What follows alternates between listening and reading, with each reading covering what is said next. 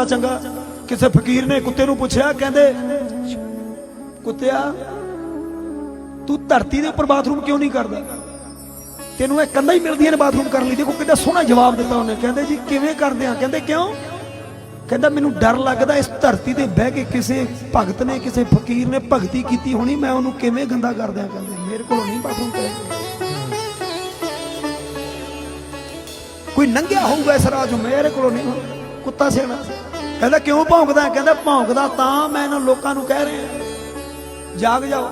ਕਹਿੰਦੇ ਕਿਸੇ ਫਕੀਰ ਨੂੰ ਦੇਖ ਕੇ ਕਿਉਂ ਭੌਂਕਦਾ? ਕਹਿੰਦੇ ਮੈਂ ਕਹਿ ਰਿਹਾ ਬਾਬਾ ਇਹਨਾਂ ਪਿੱਛੇ ਵਕਤ ਖਰਾਬ ਨਾ ਕਰ, ਆਪਣੀ ਭਗਤੀ ਸਾਂਭ ਕੇ ਰੱਖ, ਇਹਨਾਂ ਲੋਕਾਂ ਨੇ ਨਹੀਂ ਜਾਗਣਾ।